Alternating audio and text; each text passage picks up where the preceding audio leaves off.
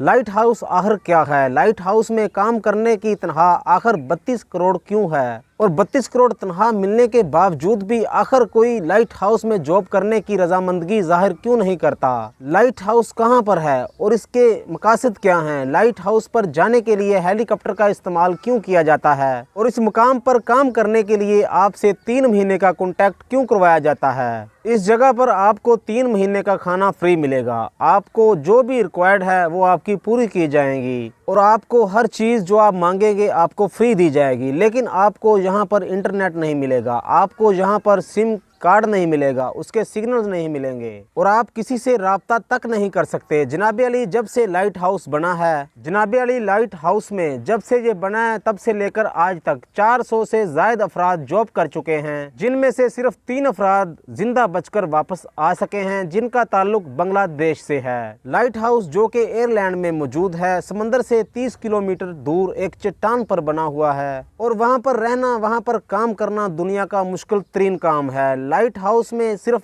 एक बंदा अकेला रह सकता है और आपके साथ कोई दूसरा शख्स मौजूद नहीं रहेगा। आपने 3 महीने तन्हा रहना है, अकेले में रहना है। आपको समंदर की लहरों की रात को आवाज़ें भी आएंगी, आपको पानी का शोर भी आएगा, आपको बहुत ज़्यादा परेशानी का सामना भी करना पड़ेगा, आपकी नींद भी खराब होगी और आपको बहुत ज़्यादा परेशानी भी होगी। लेकिन आपने 3 महीने तक वहीं पर रहना है।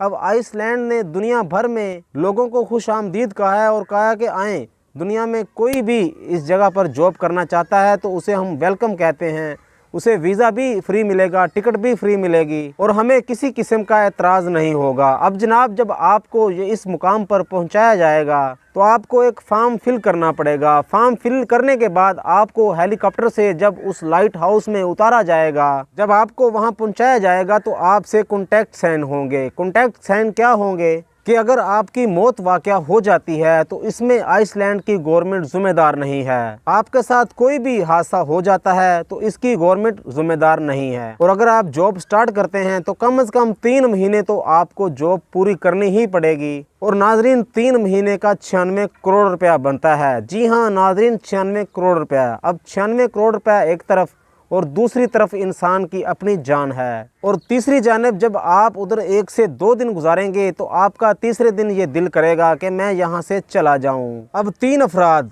जिनका बांग्लादेश से ताल्लुक़ है, जिनमें से एक अफराद जिसका नाम है साकिब हसन, उसने एक इंटरव्यू दिया। उसमें उसने बताया कि मेरे 3 महीने यहाँ कैसे गुजरे, मैंने कैसे यहाँ सरवाइव किया। और मज़ेदारी की बात यह है कि बांग्लादेश के 3 अफराद से अलावा 400 से ज़ायद अफराद यहाँ पर जॉब करने के लिए गए, लेकिन वो अपनी जान की बाजी हार गए और वहाँ से जिंदा वापस बचकर नहीं आ सके। अब यहाँ पर जॉब क्या है, आपने वहाँ पर करना क्या है, मकसद क्या है, वहाँ पर पहुँचाने का मकसद क्या है? 1913 की बात की जाए तो डेनमार्क का हिस्सा था ये आइसलैंड। वर्ल्ड वार 2 के बाद आइसलैंड एक अलग रियासत बन गई और डेनमार्क एक अलग रियासत बन गई। अगर पुराने ज़माने की बात की जाए तो नेविगेशन यानी शिप्स, जो कि पुराने दौर में बहुत बड़ी बड़ी शिप्स होती थी जो कि ट्रैवल करती थी, एक मुल्क से दूसरे मुल्क तक वो ट्रैवल करती थी, तो लाइट हाउस के जरिए उनको अपनी नेविगेशन का पता चलता था, उनको अपने रास्ते का पता चलता था कि हमारा रुख किस तरफ है और हमने सफ़र किस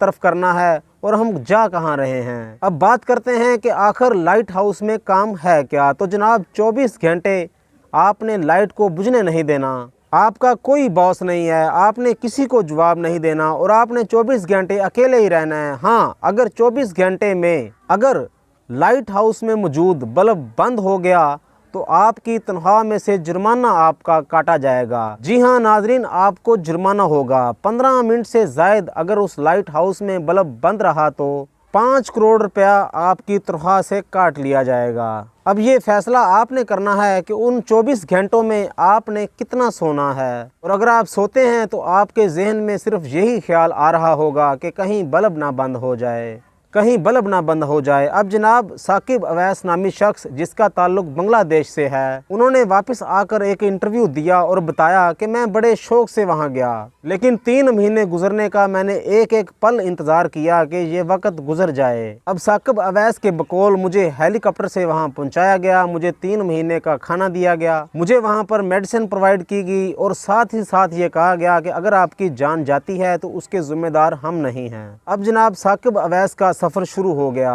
1 से 2 रोज़ गुजरे तो साकिब अवैस के बकौल कि मैं यहाँ से भाग जाऊँ और मैं किसी न किसी तरीके यहाँ से वापस चला जाऊँ। वहाँ पर रात ऐसी होती थी कि समंदर की लहरें लाइट हाउस के ऊपर तक चली जाती थी, इतनी बड़ी लहरें आती थी। और साकिब अवैस ने यह भी कहा कि जब आप रात के वक्त वहाँ पर मौजूद होते हैं, उस कमरे में मौजूद होते थे, तो ऐसी ऐसी असेब आपके सामने आ जाती थी कि आप हैरान हो जाते थे, परेशान हो जाते थे। आप ऐसी ऐसी चीज़ों को वहाँ पर देख सकते हैं जिसका आप कभी तसव्वुरात भी नहीं कर सकते। आप जिन्नात को देख सकते हैं, आप असेब को देख सकते हैं, आप समुद्री बलाओं को देख सकते हैं। ऐसी रोंगटे खड़े कर देने वाली चीज़ें कि मैंने 3 महीने ऐसे दिन गिन गिन के गुजारे। और उन्होंने ये भी बताया कि 2 से 3 दिन गुजरने के बाद उन्होंने अपने आप को वहाँ पर सेटअप कैसे किया।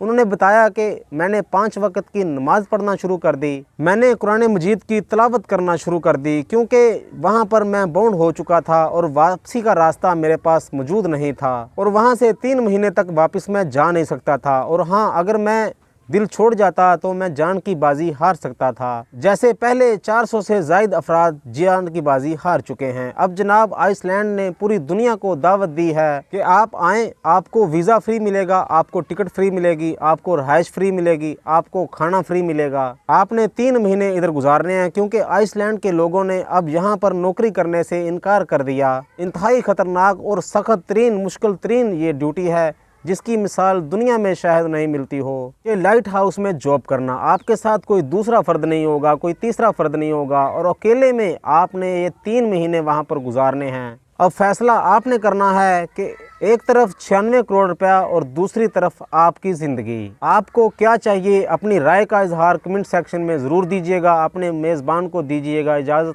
बहुत शुक्रिया। अल्लाह हाफिज़।